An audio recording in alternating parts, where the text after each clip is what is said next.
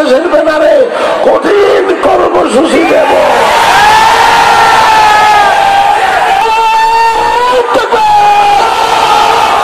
ইসলামের শত্রুরা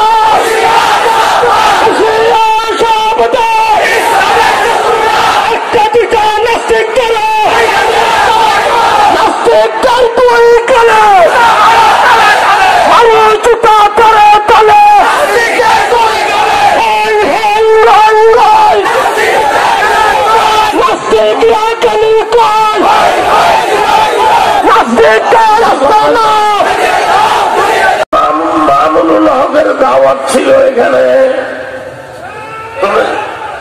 কথা বুঝার চেষ্টা করেন। গোয়েন্দারা, প্রশাসন আমার কথা বুঝার চেষ্টা করবেন। আমি কোন হক কথা ছাড়ব না।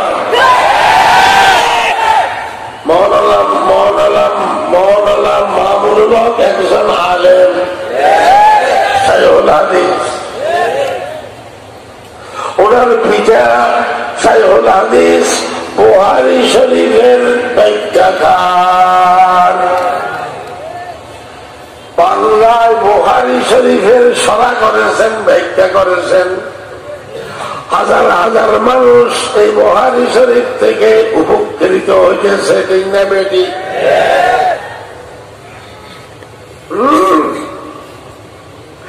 এই মৌলানা মামুনুল হকের বাবার নাম শাইখুল হাদিস আল্লামা আজিজুল হক, বুখারী শরীফের ব্যাখ্যাকার। মামুনুল হক আসার কথা ছিল, যখন প্রশাসন সরকার আমাকে বলেছে, বুঝিয়ে বলেছে সামনে সেই, আমরা পরামর্শ করলাম। আমার এই খবর আগে ভাগে মামুনুল হকের কানে চলে গেছে, উনি জেনে গেছেন। বস উনি বলেছেন আমি ছাড়াও মাহফিল হবে। আবার এই মাহফিল ছাড়াও আমার হাজার হাজার মাহফিল আছে, আমি যাব না, আমি যাব না। আমরা বললাম ঠিক আছে, আর আসেন না। উনি নিজে আসার আগ্রহী নয়। এখানে কিছু বোঝামিল দেখিয়া, বোঝামিলে আমরা নাই, বিশৃঙ্খলায় আমরা নাই। আমরা দিন কায়েম করার জন্য এসেছি। গোয়েন্দারা, প্রশাসন সম্মানিত, আমার কথা বুঝার চেষ্টা করবেন। উনিও আসার জন্য আগ্রহী নয়, আমরাও আনার জন্য কি নয়, বলেন না, আগ্রহী নয়। উনি নিজে ফিরিয়ে গেছেন, উনি আসার জন্য আগ্রহী নয়। যেখানে বিশৃঙ্খলা হয় সেখানে আমরা নাই।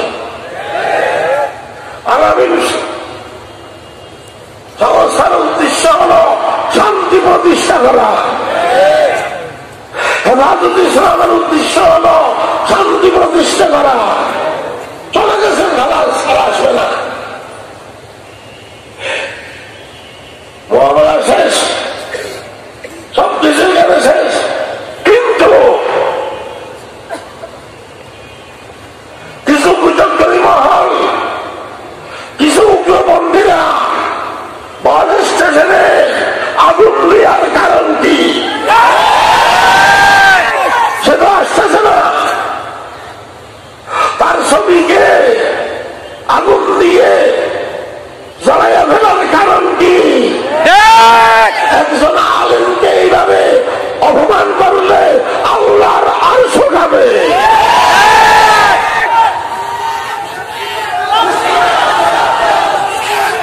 ও মাননীয় সরকার, মাননীয় প্রশাসন, এগুলোর দ্বারাই আপনাদেরও সমস্যা হইতেছে, আপনাদেরও সমস্যা হবে।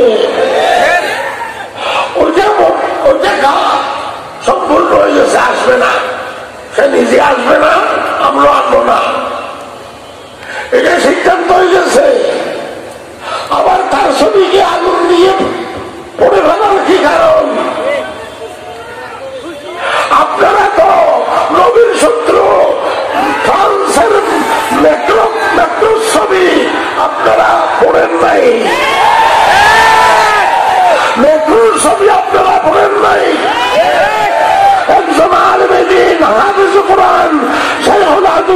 দিকে আগুন দিয়ে পড়তেছেন।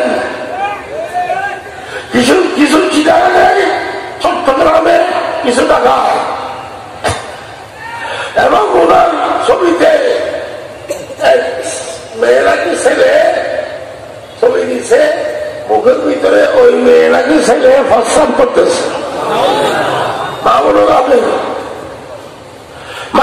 হকের এই মুখ দিয়ে হাদিস কোরআন বের হয়, বুখারী শরীফ বের হয়, বের হয়, বের হয়, কালাম বের হয়। সমস্ত কুচক্করি মহল তার মুখে প্রস্রাব করবে, ও আল্লাহ তাদের উপর গজব নাযিল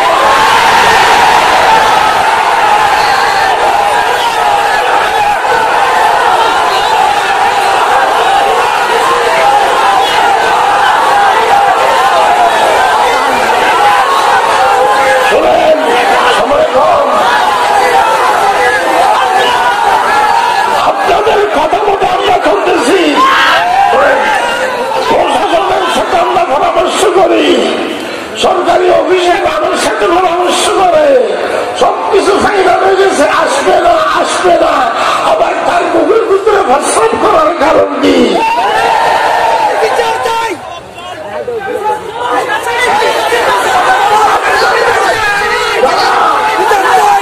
যারা তার মুখে প্রস্রাব করেছে তাদের মুখে সিগারেট, আর মামুনুল হকের মুখে বুখারী শরীফ। যারা প্রস্রাব করাইছে তাদের মুখে শরাব মদ, আর মামুনুল হকের মুখে বুখারী শরীফ।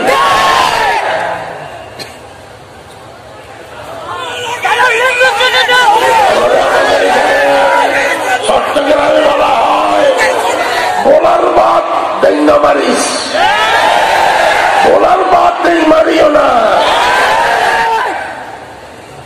আল্লাহ আছে কিনা? সিদ্ধান্ত হয়ে গেছে আসবে না। এরপরে এই সমস্ত জুলুম নির্যাতন, এই সমস্ত অমানবিক আচরণ কেন করা হলো? আমি প্রশাসনের কাছে দাবি করবো, যারা ঘরকে তদন্ত করে বের করে তাদেরকে দৃষ্টান্তমূলক শাস্তি করে।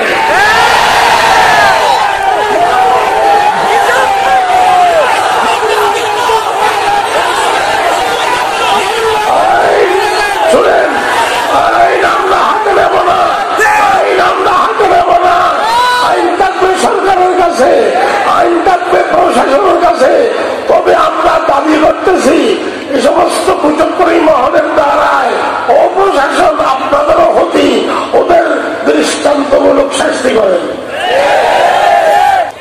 ওস্তাদের মানহানি করলে, ওস্তাদকে বেইজ্জত করলে মাদ্রাসা পড়ুয়া ছাত্ররা বসে থাকতে পারে না।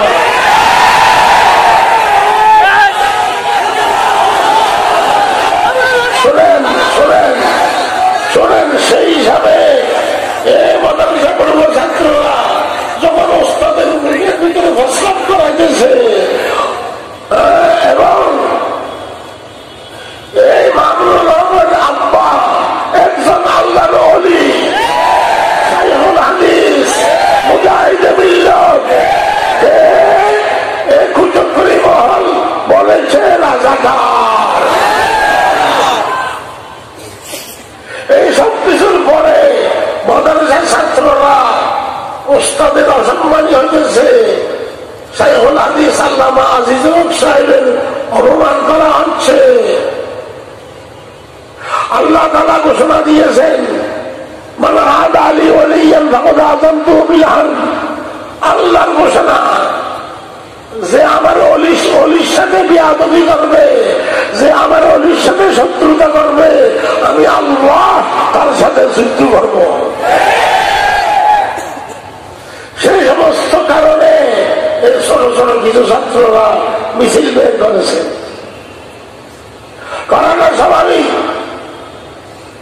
এই সমস্ত ছাত্রদেরকে আবার গ্রেফতার করা হয়েছে। লম্বা কথা বলবো না, প্রশাসন সরকার আপনারা সবকিছু বুঝতেছেন। আমি আগে বলেছি, আমাদের প্রধানমন্ত্রীর, আমরা প্রধানমন্ত্রীর শত্রু নই। এই সমস্ত কুচক্রী মহল,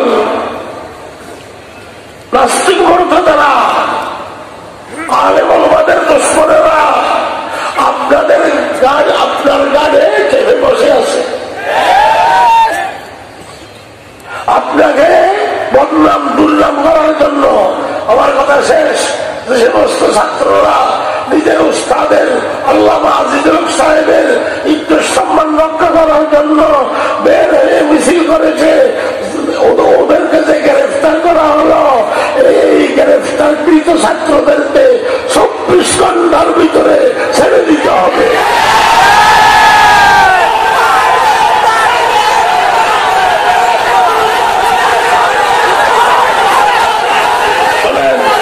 যদি 24 ঘন্টার ভিতরে ছেড়ে দেওয়া হয়, এই মাসুম ছেলে, ছোট ছোট ছেলেদেরকে যে গ্রেফতার করা হলো, ওদেরকে যদি 24 ঘন্টার ভিতরে ছেড়ে দেওয়া হয়, পরামর্শ ক্রমে আমরা পরামর্শ করিয়া হেফাজত ইসলাম বাংলাদেশের ব্যানারে